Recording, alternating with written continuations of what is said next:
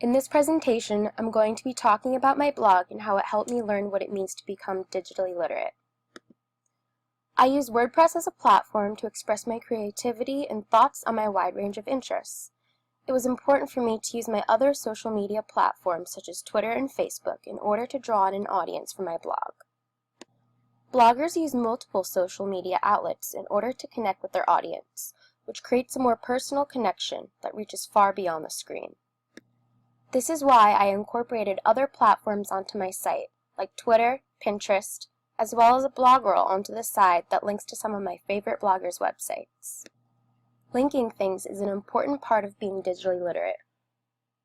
Because I review a lot of products, I link images to the websites where people reading my posts can buy whatever it is I'm reading about. From Rheingold, we learn that participation is power. Building online content, one of the most important things is being able to actively connect with the online community. Something I've adapted into my hashtag CTPF15 experience has been making a connection with those who read my blog. Establishing a genuine relationship with my readers is a necessary aspect of digital literacy that should be taken into consideration when coming up with original content. This also translates into the way we receive information from the rest of the world. Kirby Ferguson's 5-part video series, Everything is a Remix, discusses people's tendency to mimic viral videos and other pop culture memes. They posted their own remixed versions online in order to engage with a larger community. Rather than making a copy of something that isn't my own, I've learned that it's more important to be original. Because we're constantly exposed to screens, Cindy Selfie discusses the importance of technological skills that younger generations develop. As a result of being constantly exposed to these screens, they're everywhere. Jobs nowadays are pushing requirements for employees, urging tech-savvy individuals to take full advantage of social media applications like Pocket, Feedly, and Zite in order to engage with the rest of the world. These provide instant access to other digitally based platforms such as Twitter, YouTube, and Facebook, among many other blogging sites such as WordPress. Still, there is so much to be seen rather than the online profiles projected through the screens of our phones.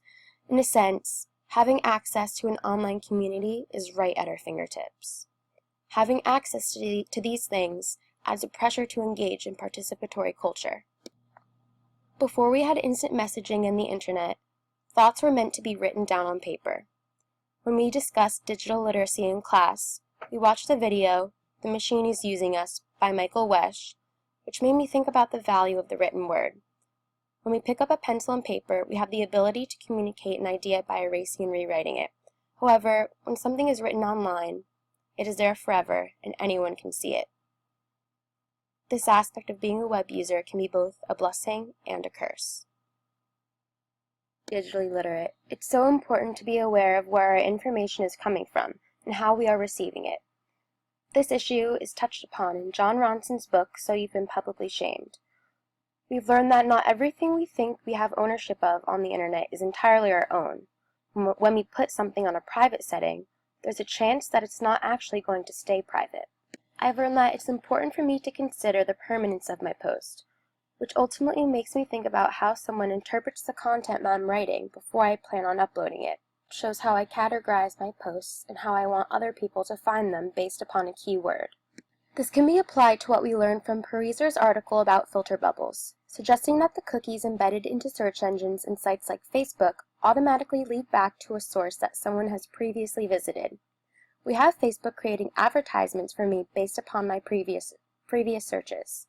In a sense, we have technology making an assumption of the things that I want to see. Third, search engines, I should not assume what my readers want to see. I shouldn't expect them to understand or interpret something the same way I do. Here, we have a photo of a smear of watercolor paint that I displayed at the top of my WordPress blog. When I shared my domain with my family, they were confused about what exactly this was. According to my mom, it looked like a hot dog, and my grandma thought it was mold. This reinforces what we learned from Hall's article, Signs and Signing, and how different groups of people interpret symbols and images differently.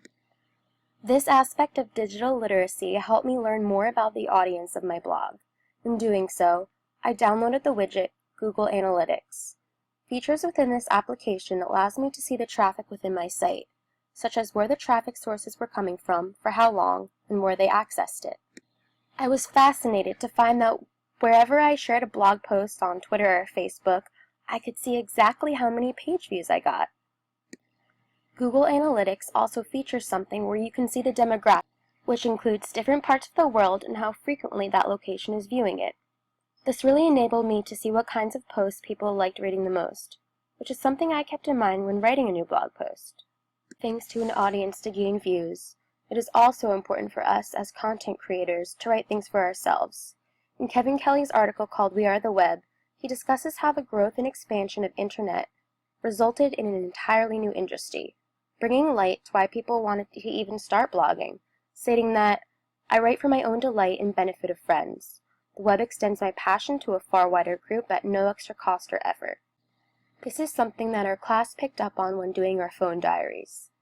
We noticed that the time we spent on things that took time away from the more important tasks were done to distract ourselves from the reality of social media, often posting what we wanted the world to see.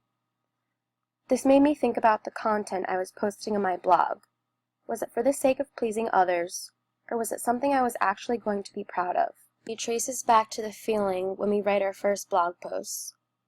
Being digitally literate doesn't mean that you're expected to predict an outcome or success of a blog, or post on any other digital platforms. To be digitally literate, reflecting back on all that I've accomplished, has helped me develop a sense of values and what kind of online community I want to be a part of.